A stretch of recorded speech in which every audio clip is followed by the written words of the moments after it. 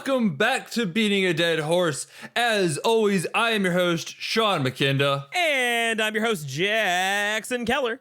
And we are back to put the final nail in our coffin as respectable critics, as respectable consumers of media, by talking about the final movie in the Star Wars prequels, Revenge of the Sith.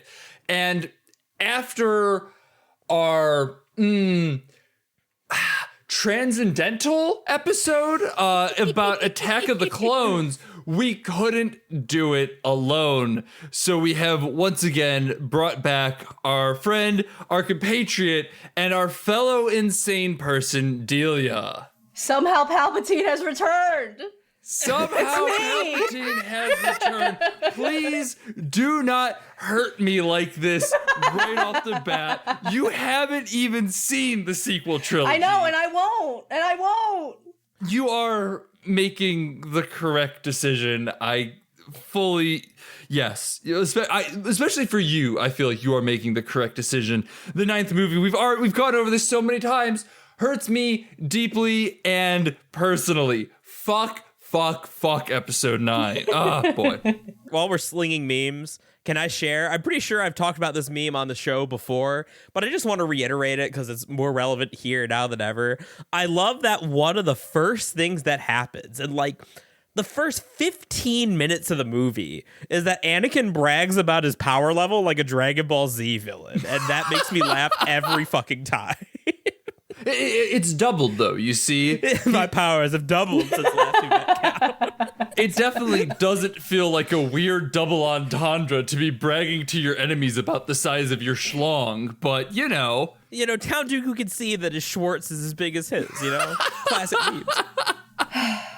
I don't have anything to contribute to this. That's honestly probably for the best. We need to move along and actually talk about things. We can't just make dick jokes the entire episode. That's our usual MO. We have to change things up it's a guest. We have to be on our best behavior, Jackson. Come on. Do we? I guess that's fair. We do know the stories that were spoken about on the last episode that Delia was on. Boy, howdy. Well, if you are joining us and somehow don't know what the fuck Revenge of the Sith is, it is the third of the prequel trilogy for Star Wars. It is the final piece in Anakin's rise to be Darth Vader. Spoilers for Star Wars, I guess, if you somehow don't know what that is. And just to reiterate how we are all approaching Star Wars, Jackson and I know we have both had a long and storied history with episode 3 in particular. I know I saw this movie like 4 times in theaters. Jackson, I'm sure you saw it a bunch too. I saw it like 11 times in theaters. Jesus. This was my favorite movie as a kid, period. So you're coming in with some loaded opinions about this, to say the least. Abso-fucking-lutely. Take anything that I say with an entire salt mine worth of salt. Mm-hmm. You got that nostalgia goggles on a bit there and everything. I definitely remember loving this movie, although I don't think it was my favorite. I think Iron Giant managed to edge that out, which might have helped something with my recent viewing, because I was not as impressed with it as I once was, unsurprisingly. Now, Delia, before we keep going, you, again, are the neophyte to the series. This is your second time? Yeah, this is my second time, I think, watching Revenge of the Sith, like, all the way through, not counting, like, little clips here and there that I've seen many times. I think I watched it for the first time probably, like, a little under a year ago. Maybe, like, beginning of this year, end of last year. So I have a very different relationship to this movie than you two, I assume. Probably fair. I don't know how you couldn't. It's a very different experience seeing this movie as a 10-year-old versus watching it as an adult. In fact, I think that's kind of my thesis, is that the movie is sound made for enough children on paper and made for children that if you are a child, it will work as intended because you don't know how feelings or real people work. Or politics, or war. All you see is a sad, handsome guy crying and murdering people, and you're like sick. I'm invested. This is high drama. Like, this is what a 10-year-old thinks high drama is. Thank you, George Lucas. I distinctly remember watching this movie in theaters and thinking, like, this is the biggest, most bombastic movie in the absolute fucking world. How could anything be better than this? It is loud. It is in your face. Look at all these explosions. Look at all this war. Look at all this action. Spaceships flying around. Murder, anger, revenge, power, all that good stuff. Like, how could anything be better than Revenge of the Sith? And in hindsight, the answer is very easily. Yeah, so when I watched it the first time, I enjoyed it. You know, I had already like known most of the plot beats of it, but it was enjoyable for me to like watch all the way through. Like, I think that it is a movie in which like a lot of like very necessary things for this series happens. And so watching it for the first time, it like all kind of slots into place, you know? I will say, watching it again, and I like just finished watching it like before we started recording, it was super fucking boring. It dragged so much. I had such a difficult time getting back into it, and I was like excited to rewatch it, but it doesn't live up to it. Which is sad for me because, like, individually there are a lot of sequences, a lot of plot beats in this movie that I really enjoy, that are obviously very, like, crucial to this universe. But yeah, it just dragged so much. There's so much exposition in this movie. It's so dense, every frame. It's so dense in that, like, George Lucas clearly, you know, when he was given a trilogy to work with, right? And he made Phantom Menace. He was like, I can just fuck around with this one. And he did. And then he got to this one. He was like, oh shit. The rest of this assignment is due. And I need to like get all the way there. Like, there is a set endpoint to where this needs to end. And I need to get all the way there in like 2 hours. And I mean, he does it, but I would argue not competently.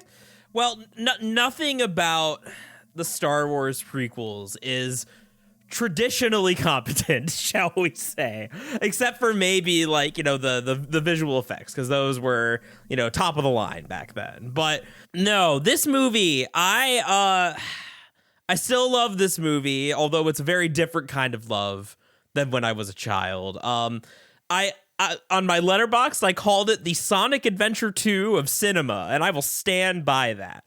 Because for me, the Phantom Menace is like the Sonic Adventure of cinema, in that it is completely incoherent, and that is funny and enjoyable and interesting in its own way. But like Sonic Adventure 2, this is, on paper, a functional and structurally sound story on paper. The devil is in all the details. And that's where it goes spectacularly wrong. Also, this has more moments than the other two where I am like unironically enjoying myself. Like, I'm enjoying the movie for the reasons that George intended. So that's a plus. But also, it's got just as many moments where from stuff just like, you know, Anakin's turn. I mean, you know, Delia, you're completely right. Like, it is really like, and I think this is one of the reasons I attached to this movie so much as a kid. It is almost like a standalone movie. The stuff from 1 and 2 are barely relevant. You have to introduce like General Grievous. Even as a kid, I remember in the theater, like leaning over to my mom and whispering like, who the fuck is General Grievous? And she just had to be like, hell if I know. That's not the response you want from a parent in the theater when you're trying to understand a movie. Yeah, I mean, Grievous is like a character designed literally by a child. Like, everything, like, from the coughing when he's introduced, and the cape and the hunched sort of shuffle walk, and then later he, like, rips off the cloak and he has 4 arms, and you're like, that's too many arms. And, like, everything about him is like, this is the most indulgent character design, and that's saying something because this is Star Wars. It's just, it's wild. And but at the same time, like, there's so much, like, wasted potential with Grievous's character. Like, what is he? What is he? He's just this lizard robot who is suddenly the most important man in the Separatist army, aside from Palpatine. He's never been mentioned before, shows up, he is the most important. We have to kill him to end the war. And it's just like, I never heard of this guy, y'all. I like, watching this movie, it's like, who's this fucker? I never heard of him. It's so weird watching this as an adult and just knowing that Grievous is just a thing that shows up and then disappears in the same movie, that these thoughts didn't even occur to me. I was just watching, like, yeah, I know what's going on here. There he is. There he goes. All right, moving on with life. I mean, I recommend looking up the, like, Legends backstory for Grievous, because it is genuinely, like, really interesting. I have no doubt about that. It's really interesting, but interesting design. But it's sort of like the same thing with like Darth Maul, where like George Lucas was just like, I'm gonna create like the weirdest fucking thing you ever seen, and it's just gonna be like a little boy's, wet dream sort of character design. Was good. What about four? What about four lightsabers? And then someone who has like a bigger imagination than George Lucas has to go and like write a whole sort of convoluted backstory for this character to make them like a whole person and not just sort of a weird costume that's around.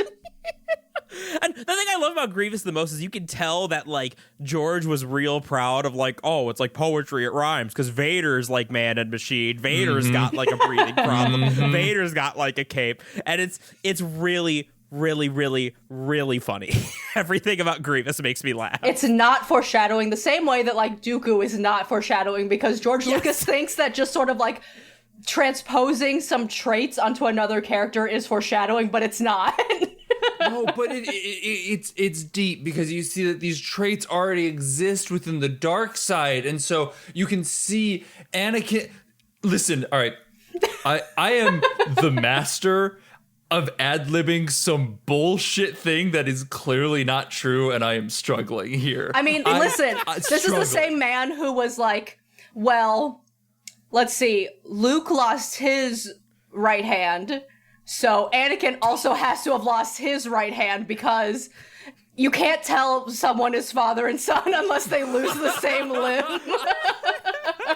So he's like, you know how Darksiders just like, they have, prosthetics, and they have lung problems, and sometimes they're old.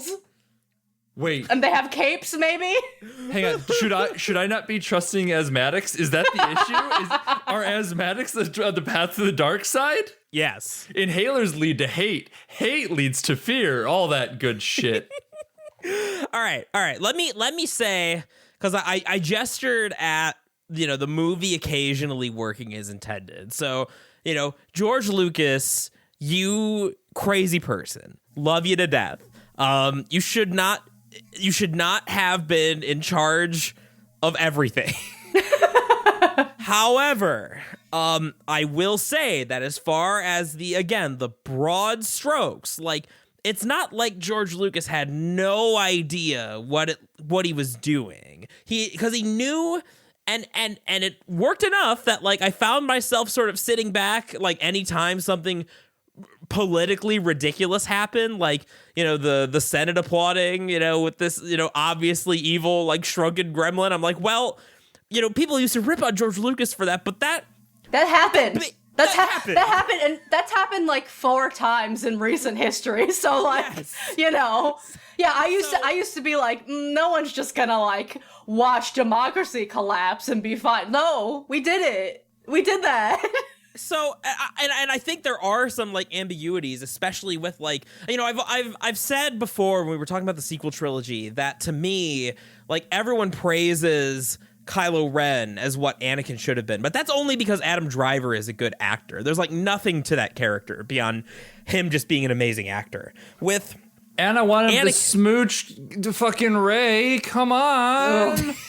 Okay. So obviously, disclaimer, I have not seen the sequel trilogy. Adam Driver makes my skin crawl in a way that I cannot actually articulate.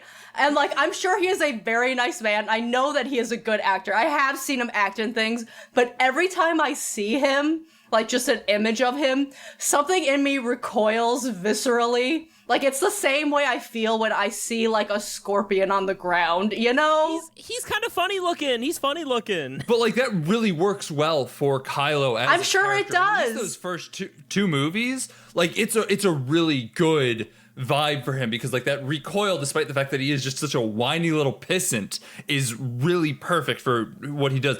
I have feelings about this. We can't go down this hole. So enough about Kylo, but Anakin, like, in terms of his conception of the fall to the dark side, like, the way George Lucas conceived of how this plays out is what happens to like to emotionally, like, vulnerable people. Like, most real life fascists are like people caught in like troubled situations, like manipulated by someone who's like using them.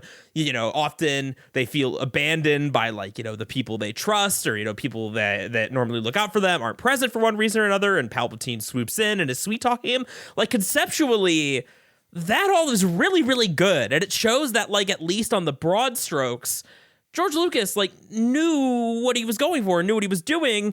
The problem is he's just completely inept at writing people. Just cannot fucking do it. Cannot write, natural dialogue, cannot direct actors, especially when he forces them to act in, like, big green screen sets with nothing to act off of. I mean, I totally agree, Jackson. Like, the Anakin's, I do think that, like, the bones of, like, Anakin's entire, plot line is good. Like, it's there, right?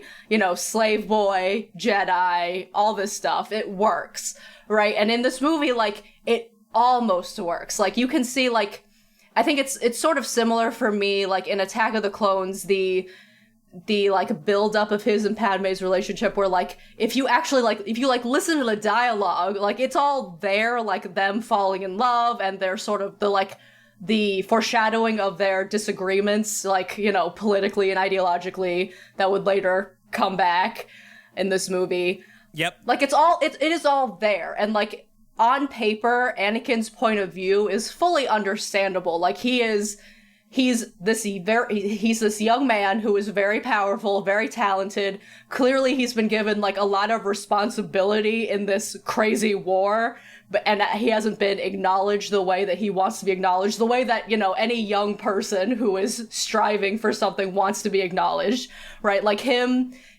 wanting to, become a master and all of this, like, it makes sense for his storyline. Because he does, he does covet things. He covets status. He covets the things that status would bring him, which is, like, stability, right? Which makes sense if you grew up a slave. Like, it all, like, all of it makes sense. Like, he's afraid for Padme. The admittedly kind of callous way that the Jedi are advising him when he's clearly, like, at this moment of crisis, like, you can understand why he feels alienated from it. You can understand why it would be easy for Palpatine to manipulate him. The problem is that, like, it's just not convincing, right, on screen. No. Like, and that's the rub. Right? That's like, the fucking and rub. and it's frustrating because it should be, right? Like, this is a story about Anakin's fall. It is about his turn, and it, like, you just feel like the narrative distance of this movie should be much closer to Anakin. But what's frustrating for me is that a lot of the, like, later shots of Anakin, a lot of the sequences where he's, like, carrying out these very evil deeds, there's no pause or no, like, introspection into what, like, Anakin is actually feeling himself. You just see a lot of sort of, like, shots of Anakin scowling and crying while he murders people. Like, completely silently, like, no dialogue, no, like, and it's just very frustrating, right? Like, it's not convincing. Record scratch. I bet you're wondering how I got here. Exactly. Even that would be something, right? It would give you some sort of, like, it would give you some sort of insight as an audience member into, like, the like clearly very complicated inner struggle that Anakin is facing, but you just get none of it. Yeah, I want to dig into that just a little bit here for a quick second. We're going to keep it still spoiler free on this, even though this is a big turning point for the movie. But like, this really goes back to how Lucas handles things. And like, this is something that, to what your guys' point, I have never once said that Lucas doesn't understand the prequels on a macro level. On a macro level, everything. Like, I'm struggling to think of something that doesn't work on a macro level about the prequels. Palpatine works, Luke works, the relationships all work. It all makes sense on where it's going. It's at that micro level where it falls apart. But like, even in the turn, like, I think that you are right that some additional dialogue might have been helpful, especially because that turn is on such a fucking dime. And yet there is something about it that you can still see what was happening here. You can infer what emotions should be going on here, just because the macrocosm of everything else up to this point had been set up so well that you understand that this is fear and loss and just like, fuck, man, what else do I do besides, I don't know, guess I'm gonna be Vader now, that works even though it doesn't at the same time. It's such a fascinating failure. It lacks the emotional resonance, right? He doesn't give any of these scenes or any of these like emotional arcs room to like breathe and settle, because there is so much like mechanically that needs to happen in this movie, right? Like there's so many like shot after shot after shot, like we need to be here and then we need to be here and this is happening in the plot and like all of this, and it doesn't. Sorry, Anakin, we need to go check in on Bail Organa. Don't worry about it. We'll be back.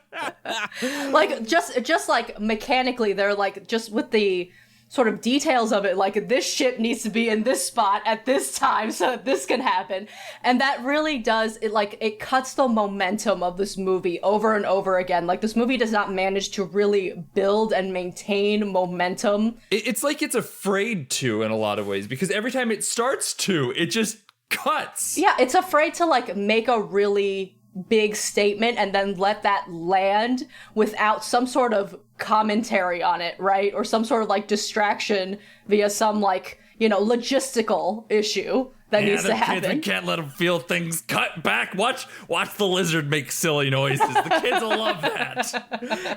Here's the problem, and like this was where like the movie like clicked into place for me, is that I was sitting here and watching the movie and being like, man, like with all that's going on in this movie, you would need like a season of a show to like convey. And then I paused and I was like, wait a minute. No, you didn't. You needed a trilogy. And and there are things about the trilogy that do build upon each other. I think this is why a lot of the Palpatine political maneuvering, that was more set up in Attack of the Clones. But Anakin is like almost a completely different character again from where we started. Like in Attack of the Clones, he almost felt like a sociopath in comparison to this, where like he's a lot more pulled back. He's a lot more, his fears and his wants and his desires are a lot more human than just like, you know, screaming at Padme the whole time.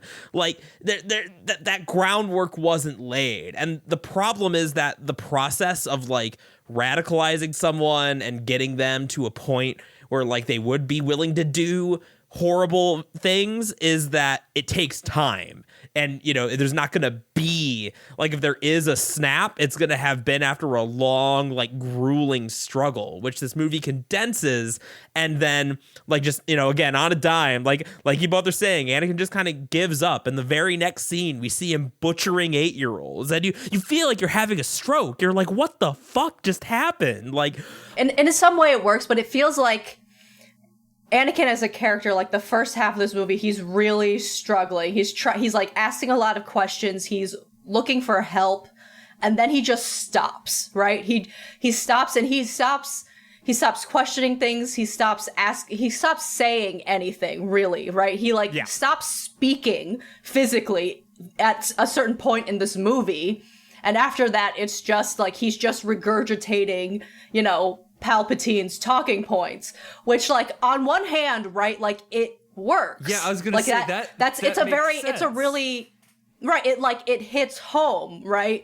But when you're watching that movie, it feels so confusing and you're just not convinced of like Anakin's turn, right? Like when you're watching the movie, Anakin feels so, I don't know, gullible, so like every decision he makes, you're just like, why though? Like why? Why? With the context of someone who is confused and desperately looking for help, it makes a lot of sense. But you need to have that wherewithal to step back from the movie and ask these questions, which the movie doesn't encourage you to do. No, it doesn't leave you room to do it, because it's like we still have to go and fight Grievous. we don't have time for this. We need to go to Utapau to fight Grievous. And that's why, like, I guess this is still my favorite because of the prequels, obviously. But it's a lot of fun for me to sit back and think if this was like an Empire Strikes Back scenario where there was a different director, George Lucas was on as like a story credit producer, like that's it, not writing the scripts, you know, just giving, you know, collaborating with people. Like that's how the original trilogy turned out well. And this could very easily, like, I think that of the movies, like, this would be the easiest one to make work. Like, you would not have to change that many things about the core story, but then you get to those individual scenes, and man, I think I am laughing at like something stupid in almost every single one of them. Like even like obviously every line of this movie has been memed to death by like, you know, the prequel memes Reddit or whatever. Like there's even some that still have me howling and like that never seem to get noticed. My favorite is when Grievous is about to send the Separatists away, and he's like, you know, me and Lord Sidious are sending you to the Mustafar system. It is a volcanic planet. You will be safe there. Volcanic planet? Like, what are you on about? What do you mean? Like, there's lots of little stupid shit like that that's really, really, really fun to me. Or like, obviously, you know, Palpatine's hilarious. Grievous, you know, we were talking about how for all the like posturing of like Grievous with his 4 arms, you know, we were talking about in the pre-discussion, he loses them so fast. Like, for a man with 4 lightsabers, he gets dunked on so hard. He literally throws a cloak off, reveals the 4 lightsabers, and then Obi-Wan immediately cuts 2 of them off. And then he starts like crawling around like a little crab. Oh my God, the crawl. And it's so funny. It's so funny. Oh my God. You got Obi-Wan chasing him on a Yoshi. Yeah, you got it's especially funny knowing that this is the turning point battle of this war. Like, yes! that. Yes!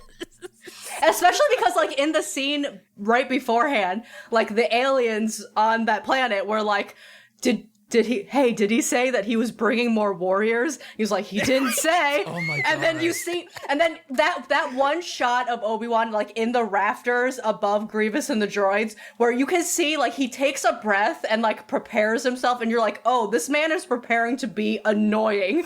And he jumps down. He's like, hello there. And, you know, the way that he is, the way that makes him my favorite character in the stupid universe. Yeah. No, it's great. It's perfect. And then, like, I think Samuel L. Jackson gets the worst line read of all time in this movie. Every time I hear him say, the oppression of the Sith will never return. You have lost. I'm like, oh my God. It's just insane because, like, I know Sam Jackson is a good actor, okay? I know this about Sam Jackson. That is a fact. But in this movie, he is given such shitty lines that he has to deliver in like this, not even a deadpan, like he speaks, some of these lines he speaks like a person who's never spoken before. Like the way that like he's getting these words, like the cadence of it, it's like, did you just read the sentence? Is this the first time you read the sentence and they just recorded it? We're like, that's fine. I mean, considering this is George Lucas, that's probably true. That scene, it's something about it on this watch stood out as just being so fucking rough. Like the CG of it all really hit me. Those rooms in this and Clone Wars, or what the fuck was the second movie? Attack of the Clones, Clones whatever. Fucking Clone Wars, Clone Attack of the Clones, Clone Rebels, all that, whatever. But that scene, that room, for whatever reason, is the most clearly fully CG room in this entire fucking series. And it is so abundantly clear in this scene as well. And it just, everything about it feels so muted the entire time as a direct result. Yeah, it's that shade of red they picked, and the fact that they were like, we're gonna CGI everything, including like a normal table, you know, normal chairs. It's like, you could have just gotten a table, guys. You didn't have to like create it right in Blender or whatever. Like, you could just build a normal table. Could have gone to Goodwill, George Lucas. Wouldn't cost you anything. So I want to talk about jump off that muted element here in a second, but we are about 30 minutes in, and I do want to just take a quick second in case anyone is about to tap out and talk about what we have coming up, things that we've got going on before we usually do. So as always, if you enjoyed the podcast, please leave us a review on iTunes. Follow us on Twitter at BADH_cast. Patreon.com/BADHcast. That shit should be wrapping up here shortly.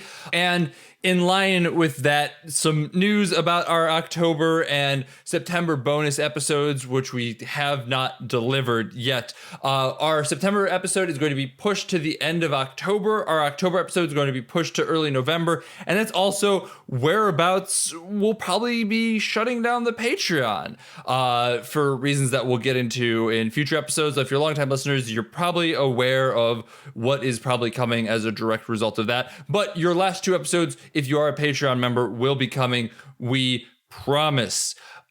Next week, we haven't talked about what we're fucking watching at all. Jackson, we'll talk about it later. We'll figure it out. We got to figure that out at some point. It's going to be something good, though. We're tired of watching bad or weird movies. We need a breather to like watch something worth watching. So keep an eye on the Twitter. I'll tweet about it when that happens. For now, though, let's dive back into it. I'm going to put a spoiler delineation here. So if we want to talk spoilers, we already kind of have, but it's also fucking Revenge of the Sith. Everyone knows what happens in this movie because it's the linchpin of the prequels. It's clear what's going to happen in this movie. Whatever. So I want to circle back because I alluded to my feelings earlier, but I haven't much touched on them yet, which is that I think that Revenge of the Sith might be the worst of the prequel trilogy, which feels kind of like a crazy thing to say, especially after someone who grew up absolutely adoring this film. I loved it so much. I was positive that it was the only good movie of the prequel trilogy. And I was kind of right, is the thing, because I maintain that this movie is the most technically competent from a filmmaking perspective. Like it starts to engage with our actors a bit more. They're still definitely wooden, but they're wooden in a way that feels like wooden actors and not like whatever the fuck was happening in Star Wars Episode 1, where they were specifically told to not act except for little Anakin, who runs around going yippee all over the fucking place.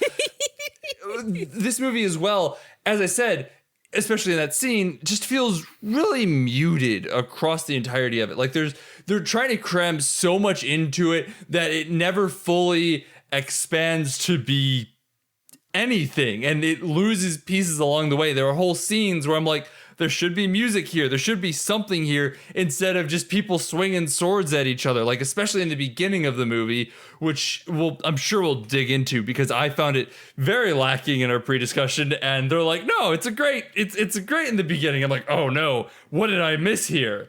I don't know. This movie I found really rough. It's funny to me that you think the music was lacking, because I thought this was one of the better movies with score, frankly. I don't know. There's just something about it that I guess there were just points where I don't know. I don't want to sit here and be like, it's the movie's fault for not doing this, because it was clearly a stylistic choice that just didn't work for me. I'm thinking very much specifically in the beginning as Dooku is fighting Anakin and Obi-Wan. There's a chunk there where there's just no music, and I found it very jarring and weird because it feels like it should be a continuation from everything happening in the Clone Wars. Like there should be some big, loud Duel of the Fates-ass music going on here, and instead it's just silence as lightsabers swing, and it just it really took me out of it and started having me focus more on like the work going on around the fight rather than the fight itself. Well, the reason for that is that tonally, the Dooku scene is a complete 180 from the rest of that opening sequence, because like this is famously something observed in the fucking Plinkett review, that it echoes, it takes a lot of elements from that last fight in Return of the Jedi, you know, the last climactic fight of the original saga. And the problem here is that the presentation is so serious. It's so serious, even though the strength of the opening, what I think the strength of the opening is that, like, for the first time in the prequels, it feels like we have captured a little bit of like the fun, breezy, like space adventure aspect of Star Wars. And then we get to this scene that's meant to foreshadow like Anakin being bad, where he's like, you know, gutting Dooku like a hog and decapitating him. And we have like the dead silence, like, you know, reverent of no music. And then we go right back to, you know, General Grievous wackiness. It's this movie's like having a stroke. I like Jackson. I really enjoy the opening sequence. The ship sequence is obviously very strong. And even, like, I also agree with Sean in that, like, once they leave the ships and it's just people talking, like, it does lack something, right? Like, you can tell that George Lucas wants to be making a movie just about, like, spaceships fighting and not people. But there's, like, a genuine sort of affection, you know, there's, like, a kind of banter that is probably the closest we get in these movies to actually showing instead of telling that Anakin and Obi-Wan, like, have a significant relationship that is, like, warm, that has a history, right? I mean, I don't understand. I very much picked up on that when Obi-Wan shouted, "I loved you, you were my brother." Like, I don't know how much clearer you wanted it to be. See, that's the thing, is that, like, a line like that, like a very basic guttural, like, "You were my brother, I loved you, like, I hate you," like, that should feel like a gut punch. It should, and it just kind of doesn't, right? Yes. Because, like, you're like, okay, right? Because you're being told. You haven't been shown it, and then you're just kind of told that this is what it is, which is a lot of what this trilogy is. Right? Yes. It's a lot of, like, telling you, like, this is how things are. This is, like, the state of this universe. This is the relationship between these characters. No more emblematic than in literally the first line of this movie, which is war. Evil is everywhere. That's another one. There are heroes on both sides. That opening crawl is... That's incredible. Somehow I feel worse than the one that opens up with trade disputes. So, and that's, oh boy. Hey, do you think that the whole Republic could have been saved if Anakin had just gone to one Lamaze class and, like, and saw that, like, because, like, his visions of Padme, quote unquote, dying are just her, like, being in pain and crying. And do you think that if he had just said, like, "Padme, I keep seeing you, like, screaming and yelling and crying," and Padme just could have been like, "That's kind of just what childbirth is," like, like that's what it looks like, man. Is there not sex ed in the Jedi temples? Should we have a talk? Well, I mean, it kind of makes sense because, you know, they're not supposed to, like, have spouses or anything like that. So, you know, what would be the point of that? They're just meant to bottle it all up. No, haven't you heard? George Lucas has said very clearly that the Jedi are not celibate. That's what I was just going to ask. Do the Jedi fuck, though? Yeah, the Jedi fuck. He said it. He said it before. It's on the record. George, what? Listen, I know Jedi everyone has fuck. a burning question, and yes, I can confirm Jedi do go to Pound Town. So, George, why is it okay for them to go to Pound Town but not have, like, a, you know, relationship? You know, whatever. It's like rubbing one out, you know. It's just it's there. We can't get into this. We can't get into this. Fair. Can Jedi soak? That's the question. Stop. Sean! I'm gonna walk over to your house and murder you. I wish that was the first time someone has threatened me with that on the podcast.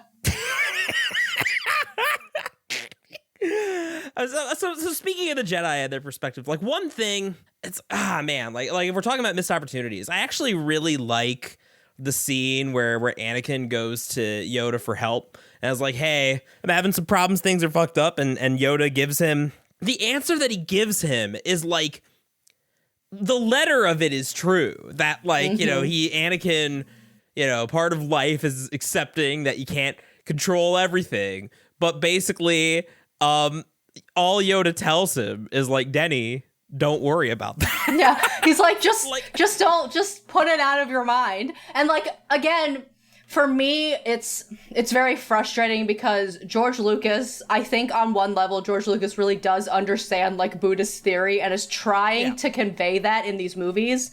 But the way that he conveys it, or fails to convey it, right, especially to a Western audience, makes the Jedi look so bad. Mm-hmm.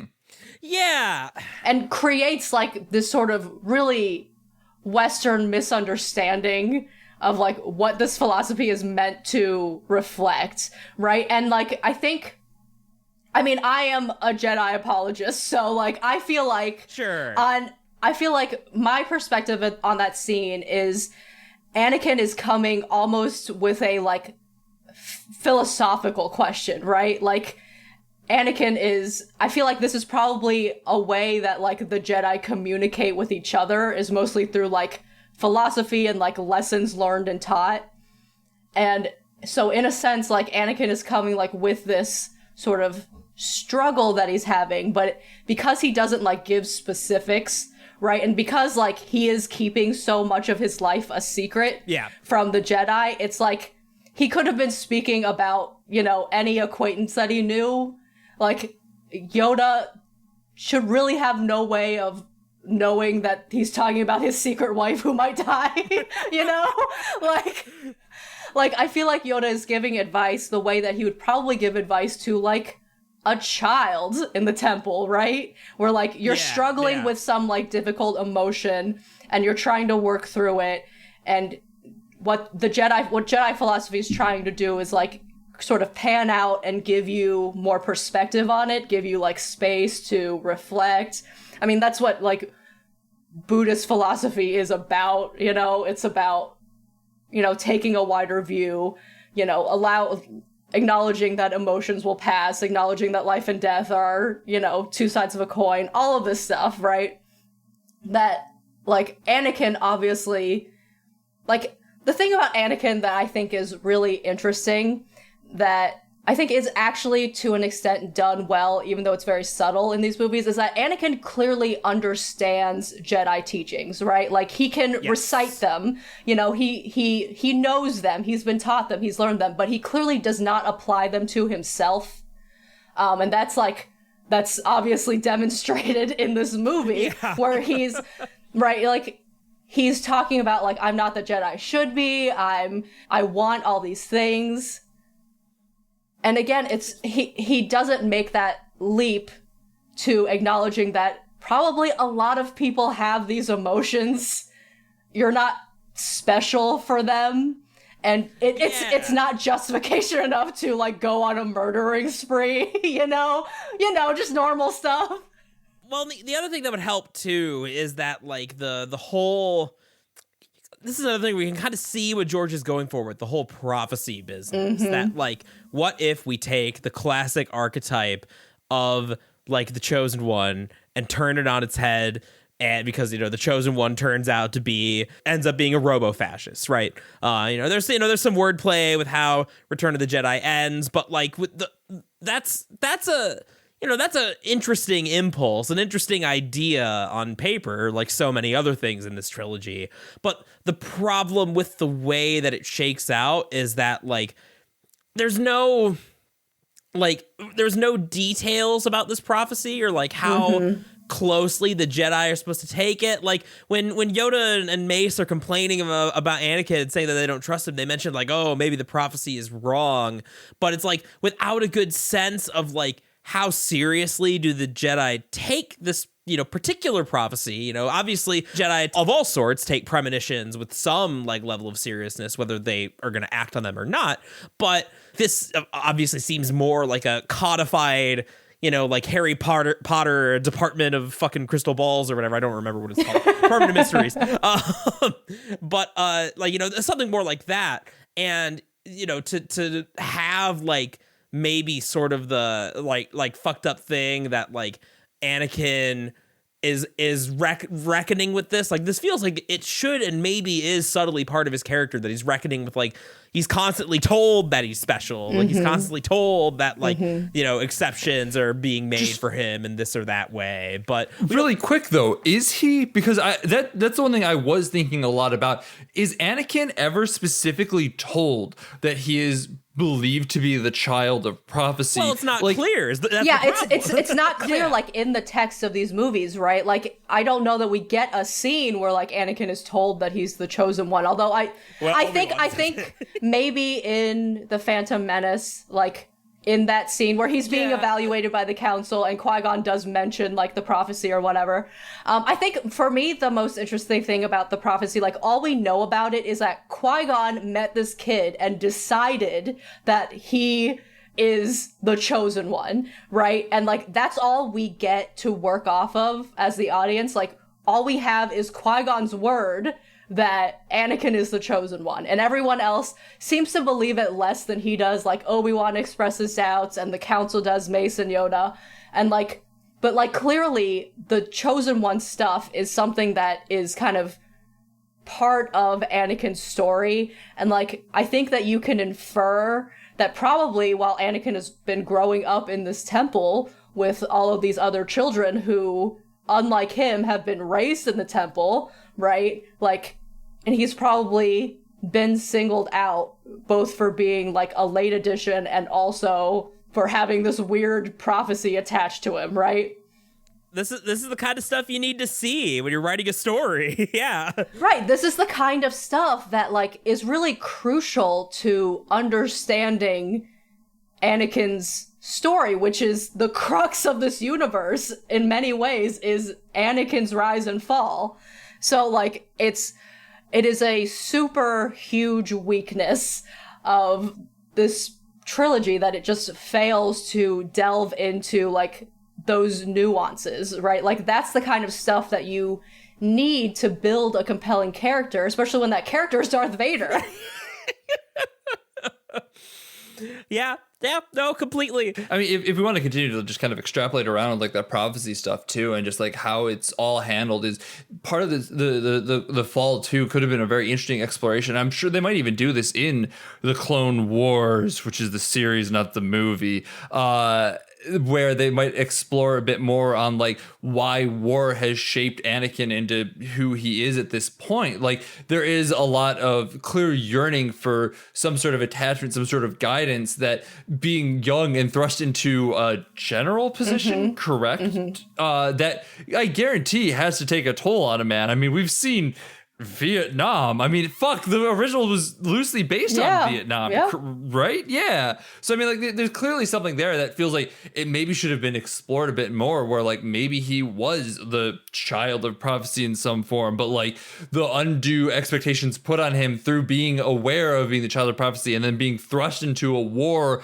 that he has nothing he wants to do with. He wants to just go bone and complain about sand. I mean, that's gonna fuck somebody up. So I don't know. Like, I think that is really interesting. And again, where George Lucas really excels in creating interesting ideas that just he fails to execute on. Yeah. Kind of circling this back around to this question of like how much are we supposed to like see the Jedi as culpable in this? Like, I think that contradiction that maybe is a little bit inherent to, like, Mace Windu saying we're keepers of the peace, not soldiers, and yet them all being for, going out and fighting this war, like leading it like generals. I think that's really interesting, because what I love so much why Return of the Jedi is my favorite movie and why Luke is my favorite character is that, like, when we get to the end, like, all the old school Jedi, Obi-Wan and Yoda, they're both, listen, kid, your dad's Darth Vader. you gotta put him down like a dog. Like, it's just gotta happen. No ifs, ands, or buts about it.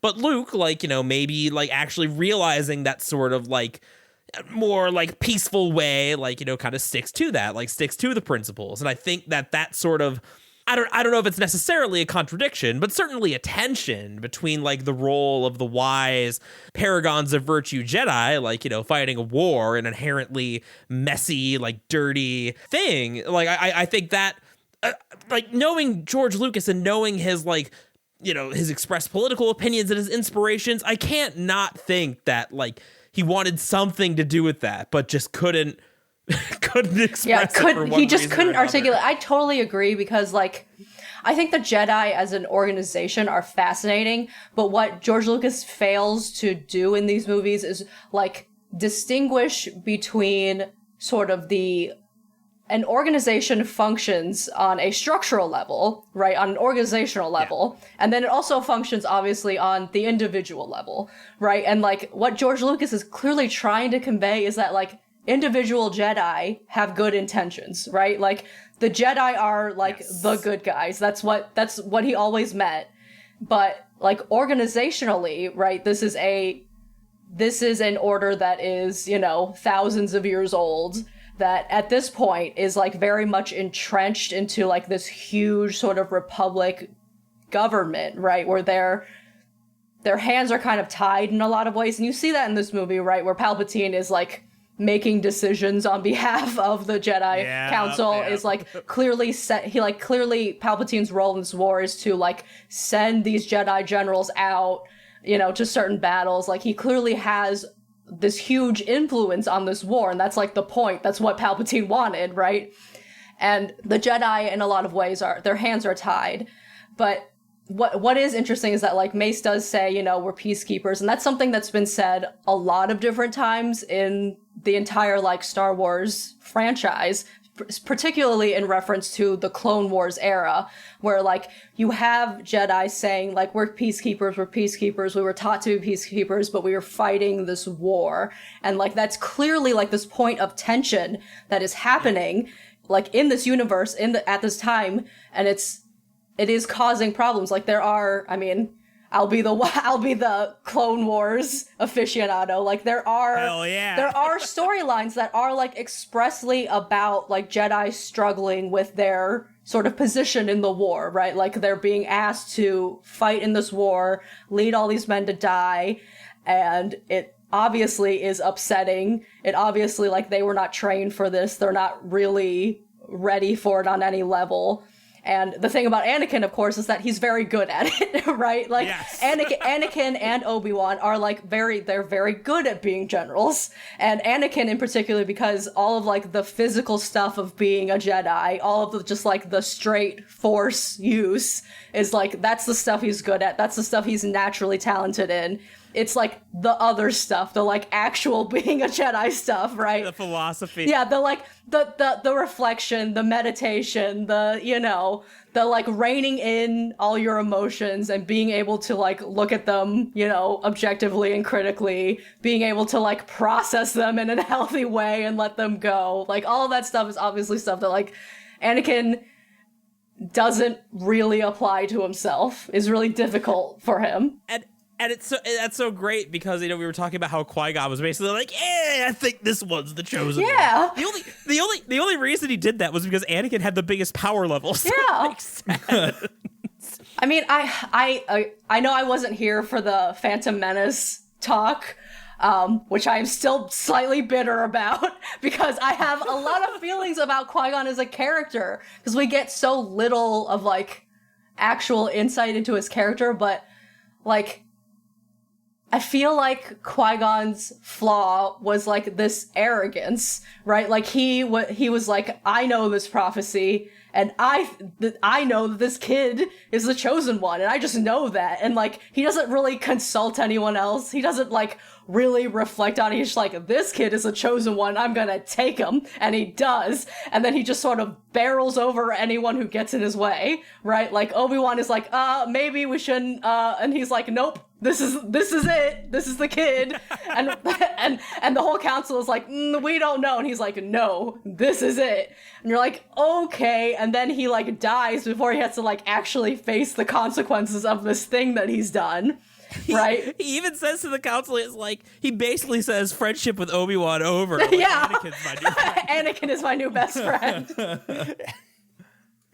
No, I totally agree. Qui-Gon is conceptually, I mean, in practice, he's definitely the most compelling character. And you could, again, with classic George Lucas, you could sort of see what he's getting at, but it's like, George, you can't do it. You need someone to help you. You need someone George, to help you need the details. George, you need the dialogue. You got strong ideas, you got strong ambitions, you're a great big picture guy, but you can't write people. You just can't do it. Yeah, and that's okay. We all need some help sometimes. Just ask.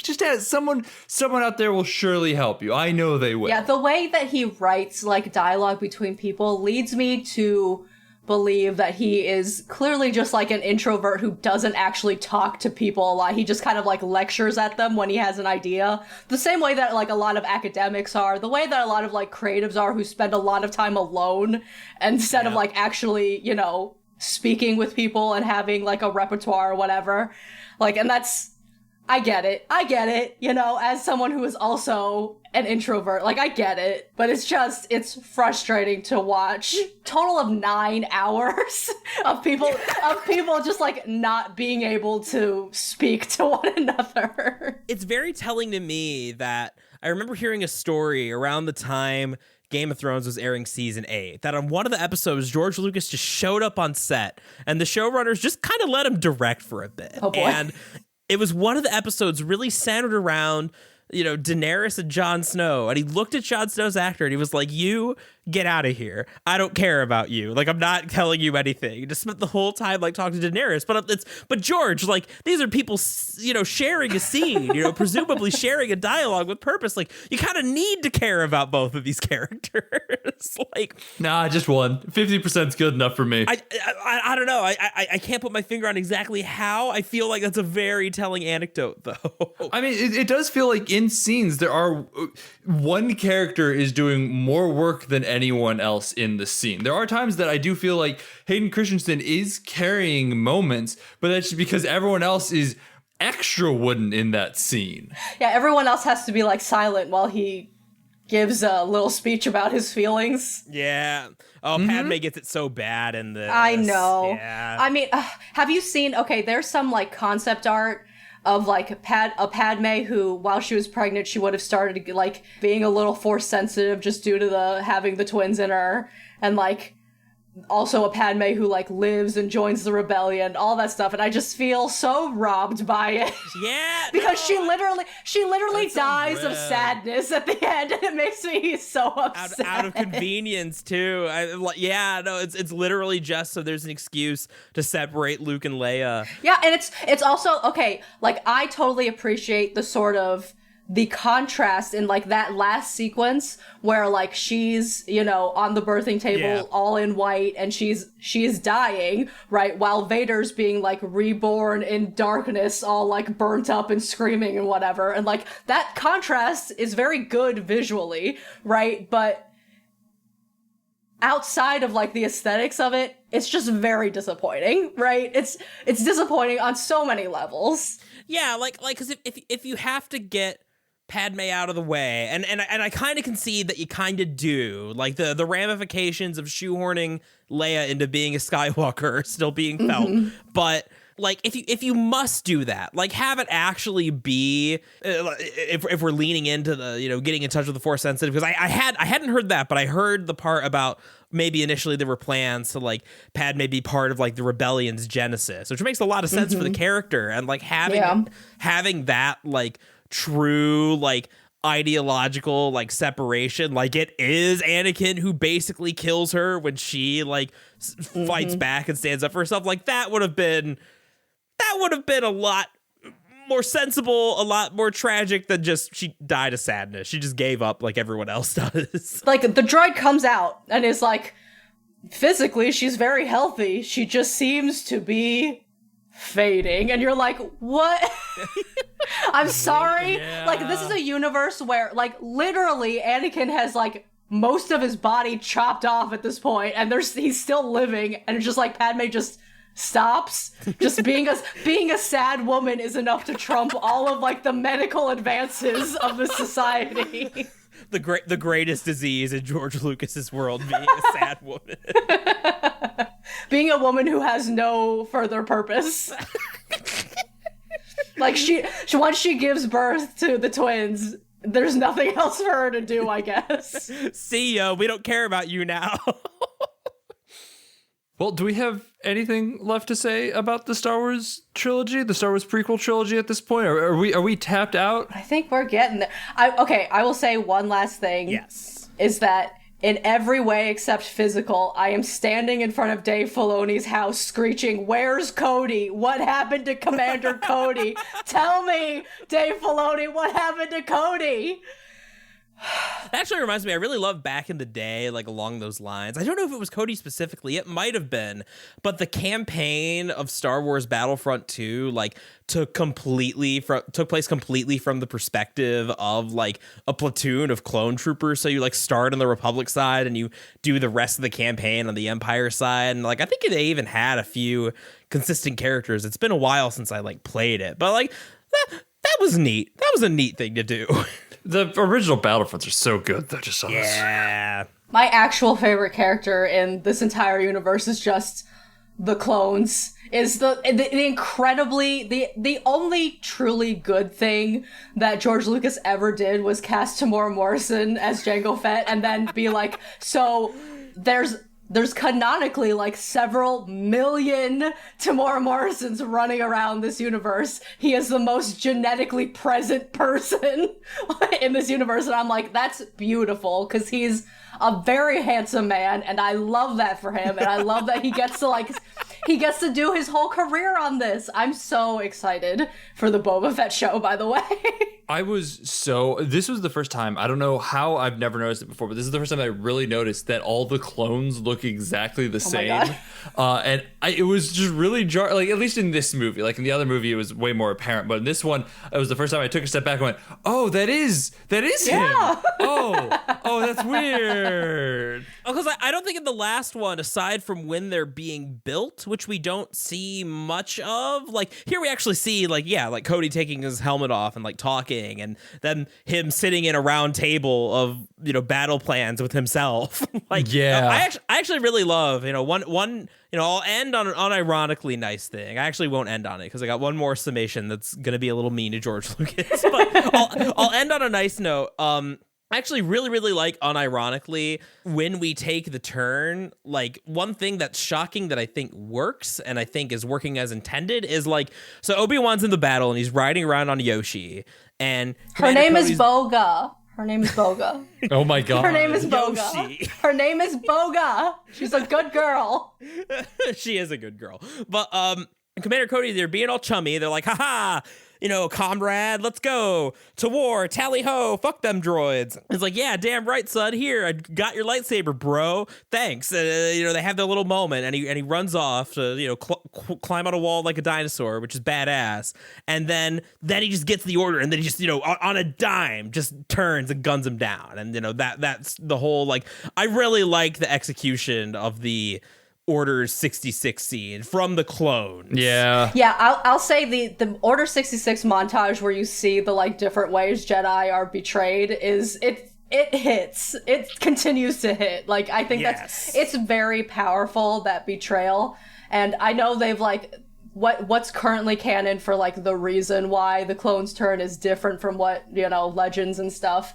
But, like, regardless of the reason, like, it is shocking enough that it really does, like, it is a standout moment from that movie. It's shocking in a good way, because, like, the difference is that, like, with Anakin, because with the clones, because that they're, like, sort of artificially engineered, and because we have had these moments of camaraderie, like, particularly with Cody, it's, like, a kind of a stark reminder of, like, oh, yeah, these were, like, custom-built people that, maybe it's kind of fucked up and makes these sort of unsettling unsettled that they can just turn on a dime like that after, fighting with all these Jedi and becoming their allies, maybe even their friends. But with Anakin, we know that he's not that. We know he's supposed to have like a complete psychology. So the sudden turn to him being the most brutal of all is very, very funny.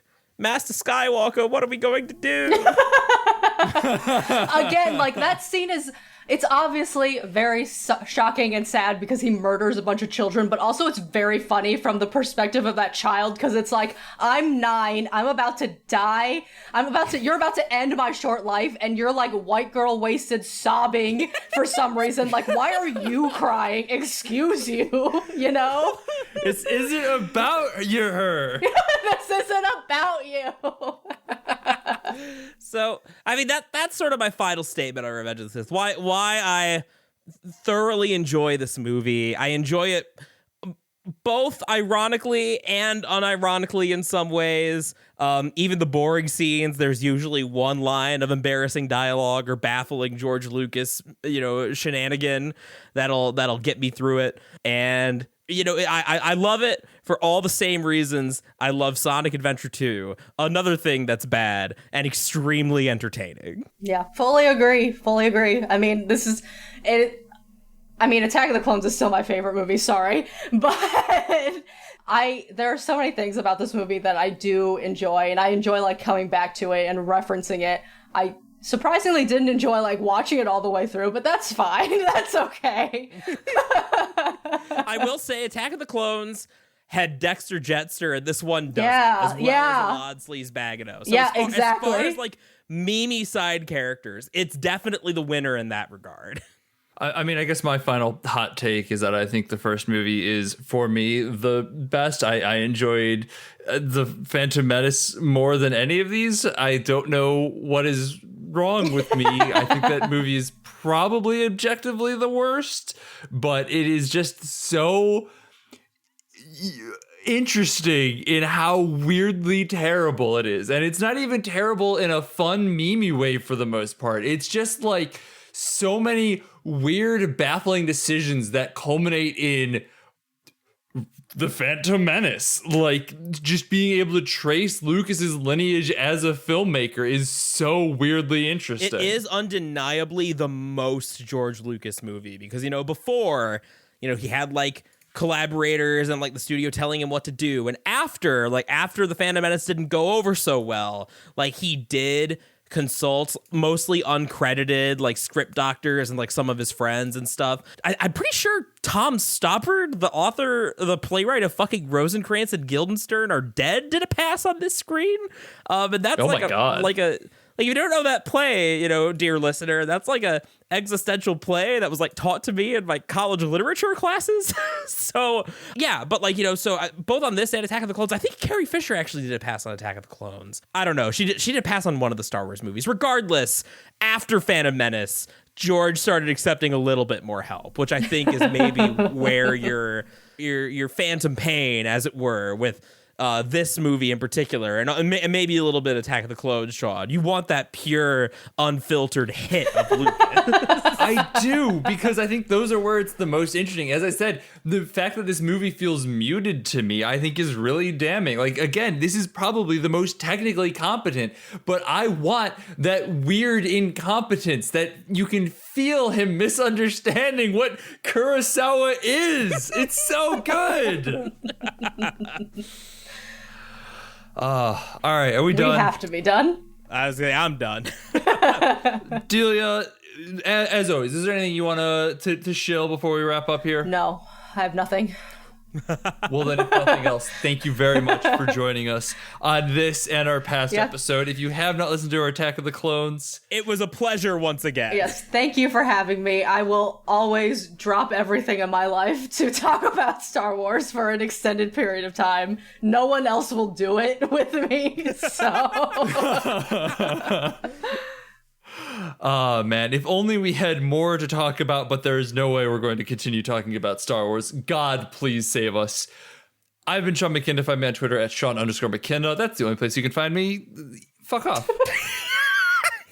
I'm I'm Jackson Keller. You can find me at Jackson J. Keller. I am also on YouTube, just Jackson Keller. I'm releasing video essays now. I did one about Super Mario World and childhood memory and shit. I think it turned out pretty good, so you should go peep that. Can confirm is very good. You should go watch it. You should also go follow us on Twitter at BADH_cast. Tweet about updates, including what's coming out next week, because we didn't talk about it, and that's something we probably should have figured out before we hit record. Oops, we're professionals. patreon.com/BADHcast. Go check it out. We do still have a bunch of backlog of bonus episodes on there. As I said, we're going to be wrapping up here soon, but you can still get in there. Go listen to the stuff that we've got up there. Seriously, great shit. Also, thanks to our $10 patrons. Thank you so much. Julia, Travis, Pat, Mom, Summer, you pay us to do this. Thank you very much for that, and we're sorry. Also, thanks to those that have used our theme song is Suicide, alternate take off the album High Octane, Low Expectations, the Rumble Band. You should go check them out wherever you can. Buy the music, stream the music, Bandcamp, all that good stuff. Also, thanks to 25yearslaterstate.com, although they are rebranding very shortly here. I don't know what's going to happen to us in that case, but for right now, bunch of stuff going on over there. Go read it, go check it out. Great people. Again, next week, no idea what the fuck we're going to talk about. Closing remarks? All right, bye.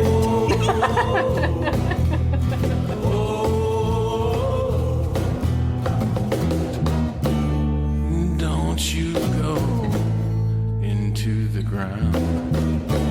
Don't you go